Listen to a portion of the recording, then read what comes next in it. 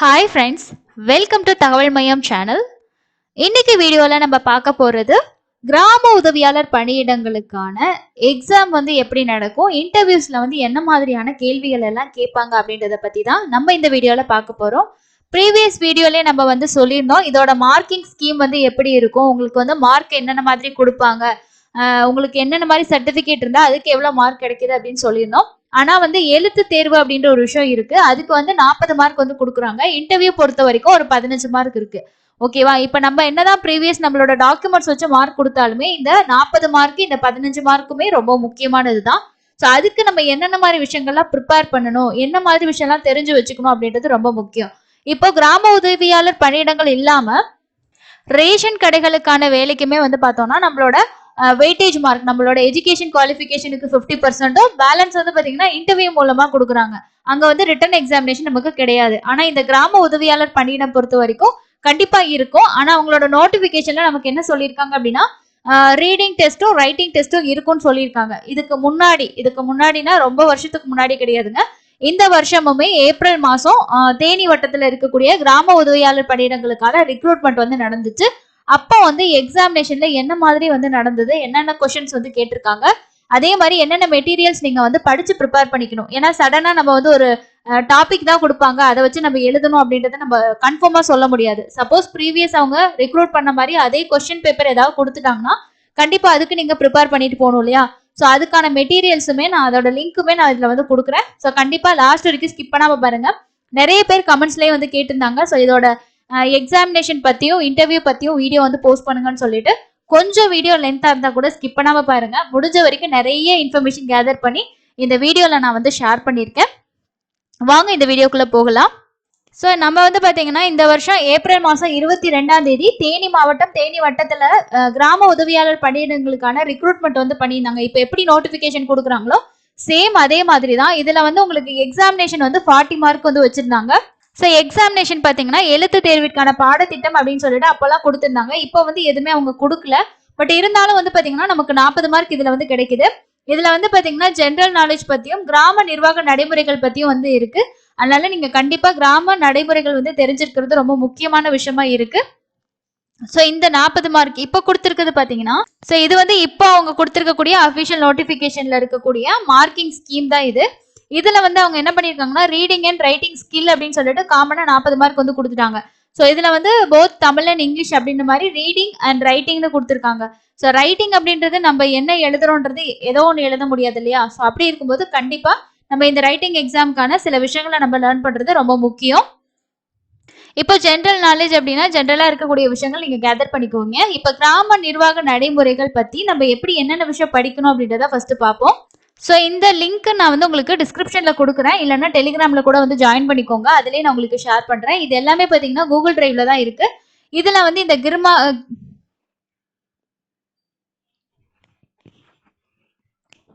So இதுதான் நீங்க படிச்சு தெரிஞ்சு வச்சுக்கக்கூடிய மெட்டீரியல்ஸா இருக்கு. இந்த மெட்டீரியலோட லிங்க் நான் உங்களுக்கு டிஸ்கிரிப்ஷன்ல கொடுக்குறேன், செக் பண்ணி பாருங்க.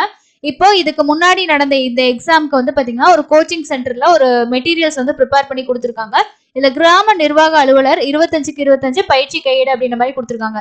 இதுல பாத்தீங்கன்னா என்னென்ன மாதிரியான விஷயங்கள் நீங்க தெரிஞ்சுக்கணும். ஃபார் எக்ஸாம்பிள் இப்ப பாத்தீங்கன்னா கள்ளத்தனமாக வெட்டப்படும் டூசி மரங்களை உரிய நடவடிக்கைக்கு பின் என்ன பண்ணணும் அப்படின்ற மாதிரி முன்னாடி எல்லாம் கொஸ்டின்ஸ் கேட்டதோட ஃபுல்லா பாத்தீங்கன்னா அவங்க அதை ரெஃபர் பண்ணி தான் கொடுத்துருக்காங்க. அதனால கண்டிப்பா இது ப்ரிப்பேர் பண்ணுங்க. இதுக்கான ஆன்சருமே இதுல கொடுத்துருக்காங்க. இந்த மாதிரி உங்களுக்கு நிறைய மெட்டீரியல்ஸ் இருக்கு. அதே மாதிரி இம்பார்ட்டன்ட் நோட்ஸுமே உங்களுக்கு பாத்தீங்கன்னா கொடுத்துருக்காங்க. ஸோ இந்த இம்பார்ட்டன்ட் நோட்ஸ்ல பாத்தீங்கன்னா உங்களுக்கு என்னென்ன அரசாணைகள், வருவாய் நிர்வாகம் கிராம நிர்வாகம் ரிலேட்டடா வந்திருக்கக்கூடிய அரசாணை, அந்த அரசாணை எது ரிலேட்டடா வந்திருக்கு, அந்த மாதிரி நிறைய இன்ஃபர்மேஷன்ஸ் இதுல ஷேர் பண்ணியிருக்காங்க. அதே மாதிரி புலன்கள் மற்றும் புலன்கள் ஏற்படக்கூடிய மாறுதல்கள், அதுக்கான நிலையான பதிவேடு எதை பத்தி வரும். ஸோ இதெல்லாம் நீங்க கண்டிப்பா தெரிஞ்சு வச்சிருக்கணும். ஏன்னா ஒரு கிராம நிர்வாக உதவியாளரா போறோம் அப்படின்னா கண்டிப்பா இதோட நடைமுறைகள்லாம் தெரிஞ்சிருக்கணும்னு அவங்க கண்டிப்பா எதிர்பார்ப்பாங்க. இது ஜஸ்ட் உங்களுக்கு எக்ஸாமுக்கு மட்டும் கிடையாது. இன்டர்வியூல உங்களுக்கு இந்த மாதிரி கொஸ்டின்ஸ் கேட்டாங்கன்னா அதை பத்தி பதில் அளிக்கிறதுக்கு உங்களுக்கு இது ரொம்ப யூஸ்ஃபுல்லா இருக்கும். ஸோ அதனால இந்த மெட்டீரியல்ஸ் எல்லாமே நீங்க ப்ரிப்பேர் பண்ணுங்க. ஸோ ஒவ்வொரு மெட்டீரியல்ஸையும் பார்த்தீங்கன்னா ஒவ்வொரு விதமான நோட்ஸ் ஷேர் பண்ணியிருக்காங்க. இதுல வருவாய் நிர்வாகம் கிராம நிர்வாகம், ஸோ எந்த கட்டுப்பாட்டுக்கு கீழே இருக்கு, இந்த துறை எப்போ உருவாக்கப்பட்டுச்சு, இது எதுக்கு கீழே வருது, அந்த மாதிரியான நிறைய இன்ஃபர்மேஷன்ஸ் பார்த்தீங்கன்னா இதை கொடுத்துருக்காங்க. அதே மாதிரி ஒரு கிராம நிர்வாக அலுவலரோட பணிகள் மற்றும் கடமைகள் வந்து என்னென்ன விஷயங்கள் அப்படின்றதையுமே வந்து இதுல நோட்ஸா வந்து இந்த இன்ஸ்டிடியூஷன் வந்து பாத்தீங்கன்னா ப்ரிப்பேர் பண்ணி கொடுத்துருக்காங்க. இதோட லிங்க் இருக்கு, செக் பண்ணி பார்த்துக்கோங்க. ஸோ இந்த 40 மார்க்ஸ், ஸோ மேபி ரீடிங்னா உங்களுக்கு ஜஸ்ட் ஒரு பேசேஜ் கொடுத்து ரீட் பண்ண சொன்னாங்கன்னா பரவாயில்ல. ஆனா கிராம நிர்வாகம் பத்தி ஏதாவது எழுத சொல்லிட்டாங்க, ஜென்ரலா வந்து உங்களுக்கு கொஸ்டின் பேப்பரா கொடுத்துட்டாங்க அப்படின்னும் போது உங்களால வந்து பாத்தீங்கன்னா ஆன்சர் பண்ற மாதிரி இருக்கும். எதுவுமே தெரியாம நம்ம போயிட்டு அந்த எக்ஸாம் வந்து அட்டன் பண்ண முடியாது. இது இப்போ லேட்டஸ்டா நடந்த இந்த எக்ஸாம், ஓகேங்களா? இந்த மாதிரி இருக்கக்கூடிய எக்ஸாமுக்கு பேஸ் பண்ணி தான் இந்த மெட்டீரியல்ஸ் வந்து ப்ரிப்பேர் பண்ணியிருக்காங்க. லிங்க் டிஸ்கிரிப்ஷன்ல இருக்கு, செக் பண்ணி பார்த்துக்கோங்க. இதுதான் ஃபர்ஸ்ட் நம்ம இந்த ரிட்டன் எக்ஸாமினேஷன் பேஸ் பண்ணி இருக்கக்கூடிய மெட்டீரியல்ஸா இருக்கு. ஸோ அடுத்தது நம்ம பார்க்க போறது வந்து இன்டர்வியூ. ஸோ இப்போ கொடுத்துருக்க இன்டர்வியூக்கு பார்த்தீங்கன்னா உங்களுக்கு ஜஸ்ட் வந்து ஒரு 15 மார்க் தான் வந்து ப்ரொவைட் பண்றாங்க, ஓகேங்களா? ஸோ நேட்டிவிட்டி சர்டிஃபிகேட் அதுக்குமே உங்களுக்கு மார்க் இருக்கு. அதே மாதிரி இப்போ இந்த இன்டர்வியூக்கு வந்து 15 மார்க் இருக்கு. ஸோ இன்டர்வியூல என்ன மாதிரி கொஸ்டின்ஸ் கேட்பாங்க, எப்படி இருக்கும்? ஸோ மொத்தமா வந்து பாத்தீங்கன்னா ஒரு 7 இம்பார்ட்டன்ட் கொஸ்டின்ஸ் வந்து இருக்கு. இந்த மாதிரி கொஸ்டின்ஸ் தான் ப்ரீவியஸ் நடந்த அந்த ரெக்ரூட்மெண்ட்ல எல்லாத்துலயுமே கேட்டிருக்காங்க. ஸோ அதை வந்து நாங்கள் கூட வந்து ஷேர் பண்ணிக்கிறேன். ஸோ ஃபர்ஸ்ட் கொஸ்டின் வந்து என்ன கேட்பாங்க அப்படின்னா, எந்த ஒரு இன்டர்வியூனாலும் நம்மளோட பர்சனல் இன்ட்ரோவை தான் கேட்பாங்க. நீங்க எங்க இருந்து வரீங்க, உங்களோட பேர் என்ன, நீங்க எந்த கிராமத்துல இருக்கவங்க அப்படின்னு சொல்லிட்டு உங்களோட செல்ஃப் இன்ட்ரடக்ஷன் வந்து ஃபர்ஸ்ட் கொஸ்டினா எல்லா இன்டர்வியூலயுமே இருக்கும். செகண்ட் கொஸ்டின் என்ன இருக்கும் அப்படின்னு பாத்தீங்கன்னா, இப்போ செல்ஃப் இன்ட்ரோல நம்ம ஒரு கிராமம் சொல்லியிருப்போம், அந்த கிராமத்துல நீங்க எவ்வளவு நாளா இருக்கீங்க, உங்களுக்கு சொந்த வீடு இருக்கா, அந்த மாதிரியான கொஸ்டின்ஸ் வந்து செகண்ட் கொஸ்டினா கேட்கறாங்க. அடுத்து வந்து தேர்ட் கொஸ்டின் அப்படின்னா, ஸோ உங்களோட ஸ்டடீஸ் பத்தி இருக்கும். இப்போ நீங்க வந்து என்ன படிச்சிருக்கீங்க, ஃபார் எக்ஸாம்பிள் நீங்க ஒரு டிகிரி முடிச்சுட்டு இல்ல டிப்ளமா முடிச்சுட்டு இந்த ஜாபுக்கு வந்து அப்ளை பண்ணிருக்கீங்க அப்படின்னா அவங்க என்ன கேட்பாங்கன்னா, இந்த கிராம உதவியாளர் பணியிடம் பொறுத்த வரைக்கும் 5th வந்து பாஸ் பண்ணிருக்கணும் அப்படின்றது தான் மினிமம் குவாலிஃபிகேஷனா இருக்கு. நீங்க டிகிரி முடிச்சுட்டு வந்திருக்கீங்களே, ஸோ இந்த ஜாப் உங்களுக்கு சூட்டபிள் ஆகுமா, இதுல நீங்க வந்து ப்ராப்பரா ஒர்க் பண்ணுவீங்களா அப்படின்ற மாதிரி கொஸ்டின் இருக்கும். இதே நீங்க வந்து ஒரு 8th 10th அப்படின்னா உங்களோட 10th பேஸ் பண்ணி இருக்கக்கூடிய கொஸ்டின்ஸ் இருக்கும். ஏன்னா வந்து ஒரு 5th ஸ்டாண்டர்டுக்கான ஒரு ஜாப் அப்படின்னும் போது நம்ம டிகிரின் போது பெரிய ஒரு குவாலிஃபிகேஷன் இல்லையா? ஸோ அதனால அந்த மாதிரி கொஸ்டின்ஸ் வந்து கேட்டிருக்காங்க. ஸோ தேர்ட் ஒன் வந்து உங்களோட ஸ்டடீஸ் ரிலேட்டடான கொஸ்டின்ஸாக இருக்கும். அதுக்கப்புறம் இப்போ ஒரு நோட்டிஃபிகேஷன் வந்த கிராமம் இல்லாமல் நீங்கள் ஒரு வேற ஒரு கிராமத்துல இருந்து அப்ளை பண்ணியிருக்கீங்க அப்படின்னா அவங்க கிட்ட என்ன மாதிரி கொஸ்டின்ஸ் வந்து கேட்பாங்கன்னா, இந்த கிராமத்துல உங்களுக்கு வேலை கிடைச்சிச்சு அப்படின்னா நீங்க வந்து இங்கேயே ஸ்டே பண்ற மாதிரி இருக்கும், ஓகேங்களா? எந்த கிராமத்துல உங்களுக்கு வேலை கிடைக்குதோ அந்த கிராமத்திலே நீங்க ஸ்டே பண்ற மாதிரி இருக்கும். அதுக்கான அரேஞ்ச்மெண்ட் எல்லாம் உங்களால பண்ண முடியுமா, இந்த மாதிரி கொஸ்டின்ஸும் வந்து ப்ரீவியஸ் வந்து கேட்டிருக்காங்க. ரொம்ப முக்கியமான கொஸ்டின் அப்படின்னு என்னன்னு பாத்தீங்கன்னா, இப்போ நம்ம அப்ளை பண்ணிருக்கக்கூடிய அந்த கிராமத்தோட டீடைல்ஸ் வந்து கேட்பாங்க. என்ன டீடைல்ஸ் அப்படின்னா, அந்த கிராமத்தோட விஓ யாரு, அதாவது வில்லேஜ் அட்மினிஸ்ட்ரேட்டிவ் ஆஃபீஸர், விஏஓ யாரு அப்படின்னு சொல்லி கேட்பாங்க. அதே மாதிரி அந்த தாலுகா இருக்கு இல்லையா, அந்த தாலுக்காவோட தாசில்தார் யார் அப்படின்னு சொல்லி அந்த கொஸ்டின் கேட்பாங்க. ஸோ அவங்களோட நேமும் நீங்க தெரிஞ்சு வச்சுக்கணும். அதே மாதிரி சப் தாசில்தார், ஆர்டிஓ, அந்த கிராமம் என்ன அந்த வட்டம் ரிலேட்டடா இருக்கக்கூடிய இப்ப கரண்டா யார் யார் ஆபீசர்ஸ் இருக்காங்க அப்படின்ற இன்ஃபர்மேஷன் வந்து கேதர் பண்ணி வச்சுக்கோங்க.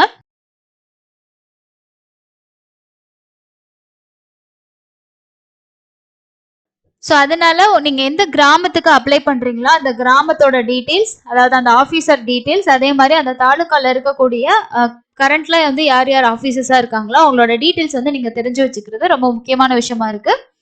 அதுக்கப்புறம் என்ன மாதிரி கொஸ்டின் கேட்பாங்க அப்படின்னா, ஒரு கிராம உதவியாளர் போறீங்க அப்படின்னா உங்களுக்கான ஜாப் என்ன இருக்கும் அப்படின்னா, நீங்க காலையில 8 மணிக்கெல்லாம் வந்து ஆஃபீஸ்க்கு வந்து போயிடணும். அதே மாதிரி அங்க இருக்க டேபிள்லாம் தொடச்சு வச்சுட்டு ஸோ அந்த ஆஃபீஸ் எல்லாம் கிளீனா வைக்கணும்.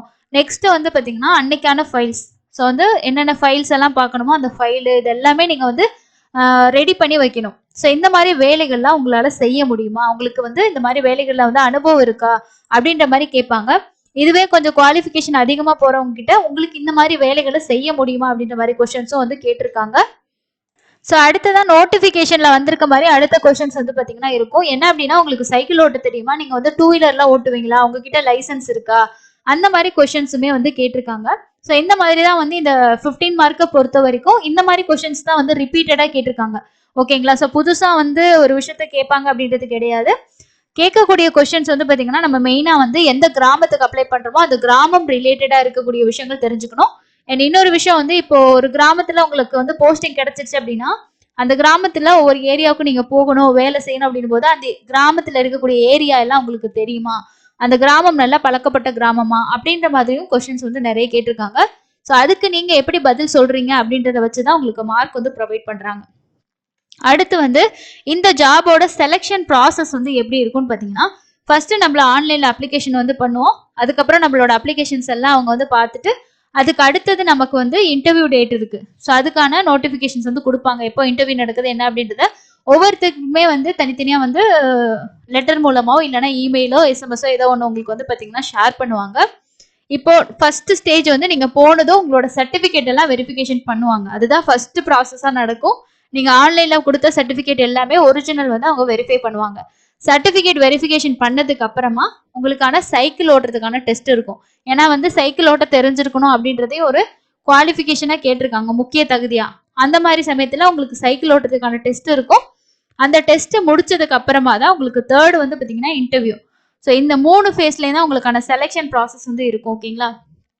ஆன்லைன் அப்ளிகேஷனுக்கு அப்புறமா இந்த ப்ராசஸ் வந்து நடக்கும். ஸோ அதனால உங்ககிட்ட டிரைவிங் லைசன்ஸ் இருந்துச்சுன்னா அதுக்கு மார்க் வந்து ப்ரொவைட் பண்றாங்க. இதுவே வந்து 4 வீலர் லைசன்ஸ் வந்து கரண்ட்ல இருந்தால் அதுக்கு ஒரு மார்க் இருக்கு. பட் இல்லைனாலும் நம்மளுக்கு வந்து பார்த்தீங்கன்னா ஒரு 5 மார்க் சைக்கிளோட தெரிஞ்சிச்சுன்னா ஒரு 5 மார்க் கிடைக்கும். ஸோ நிறைய உமன்ஸ் கேண்டிடேட்ஸ் வந்து அப்ளை பண்ணியிருக்கீங்க அப்படின்னா கண்டிப்பாக நீங்கள் ரொம்ப நாள் டச் விட்டுருச்சு, நான் வந்து 2 வீலர் நல்லா ஓட்டுவேன் அப்படின்னா சைக்கிளும் கொஞ்சம் ஓட்டி ப்ராக்டிஸ் பண்ணிக்கோங்க. அந்த டெஸ்ட்டுமே உங்களுக்கு வைப்பாங்க. ஸோ இதுதான் வந்து பார்த்தீங்கன்னா இதோட செலெக்ஷன் ப்ராசஸாக இருக்கு. ஓகேங்களா? ஸோ மார்க்கிங் ஸ்கீம் பொறுத்த வரைக்கும் ரீடிங், ரைட்டிங் அண்ட் வந்து பார்த்தீங்கன்னா இன்டர்வியூ. ஸோ இதில் வந்து ஒரு 55 மார்க் உங்களுக்கு இருக்கு. இதுக்கு வந்து நீங்கள் இந்த மாதிரி தான் ப்ரிப்பேர் பண்ணும். ஸோ கொஷின்ஸ் நான் சொன்ன விஷயங்கள் வந்து ப்ரிப்பேர் பண்ணிக்கோங்க. கரண்ட்டாக இருக்கக்கூடிய அஃபேர்ஸ் வந்து தெரிஞ்சுக்கோங்க. நமக்கு வந்து கன்ஃபார்மாக ரீடிங்கும் ரைட்டிங் மட்டும் இருக்குன்னு நினச்சிட்டு போயிடாதீங்க. கொஷின் பேப்பர் எதுவும் கொடுத்துட்டாங்கன்னா அதுக்கு நீங்கள் வந்து ஆன்சர் ப்ரிப்பேர் பண்ணுற மாதிரி இருக்கும். அதனால இந்த மெட்டீரியல்ஸை கொஞ்சம் ரெஃபர் பண்ணி வச்சுக்கோங்க. ஓகேங்களா?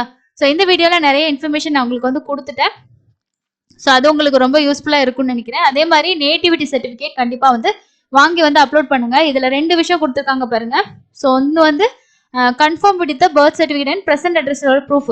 ஓகேங்களா? ஸோ நீங்கள் அந்த இடத்துல தான் பிறந்திருக்கீங்க, அந்த கிராமம் அப்படின்னா 25 மார்க் கொடுக்குறாங்க. அந்த தாலுக் லிமிட்ஸ்குள்ள பிறந்திருக்காங்க அப்படின்னும் போது 20 மார்க். அதுக்காக தான் நேட்டிவிட்டி சர்டிஃபிகேட் வந்து கொடுக்க சொல்றாங்க. ஸோ ப்ரெசென்ட் அட்ரஸ் ப்ரூஃப், ப்ரெசென்டா நீங்க அந்த அட்ரஸ்ல எத்தனை வருஷம் இருக்கீங்க அப்படின்றதுக்கான ப்ரூஃபும் கொடுக்கணும். ஸோ அங்க இருக்கிறவங்களுக்கு தான் வேலையுமே கிடைக்கும். ஸோ இதெல்லாமே ப்ரிப்பேர் பண்ணுங்க. வேற ஏதாவது உங்களுக்கு டவுட்ஸ் இருந்துச்சுனாலும் கமெண்ட் செக்ஷன்ல ஷேர் பண்ணுங்க. இந்த வீடியோ உங்களுக்கு யூஸ்ஃபுல்லா இருந்துச்சுன்னா லைக் பண்ணிட்டு உங்களோட ஃப்ரெண்ட்ஸ் கூட ஷேர் பண்ணுங்க. ஸோ அடுத்தடுத்த அப்டேட் வந்துச்சுன்னா கண்டிப்பா உங்க கூட நான் வந்து ஷேர் பண்றேன். ஸோ மிஸ் பண்ணாம ஒரே ஒரு அப்ளிகேஷனை ப்ராப்பரா வந்து உங்களோட அப்ளிகேஷன் அப்ளை பண்ணுங்க. நோட்டிபிகேஷன் வரலனாலும் வெயிட் பண்ணுங்க, வரும். அப்படி இல்லைன்னா உங்களோட தாலுகா ஆஃபீஸ்ல போயிட்டு இன்கொயரி பண்ணுங்க. ஓகேங்களா? ஒரு சில இடங்கள்ல அப்ளிகேஷன் மட்டும் கொடுத்துருக்காங்க, ஒரு சில இடங்கள்ல வந்து நோட்டிபிகேஷன்ல ஸோ இந்தந்த ஏஜ் லிமிட் ஸோ அப்படின்ற மாதிரி மட்டும் காமனா கொடுத்துருக்காங்க. ஸோ இந்த கிராமம் இவங்களுக்கு தான் அப்படின்ற ஸ்பெசிஃபிக்காவும் சில இடங்கள்ல கொடுக்கல. அதனால இன்கொயரி பண்ணிட்டு உங்களோட அப்ளிகேஷனை சப்மிட் பண்ணுங்க. இன்னொரு யூஸ்ஃபுல்லான அப்டேட்ல மீட் பண்ணலாம். தேங்க்யூ.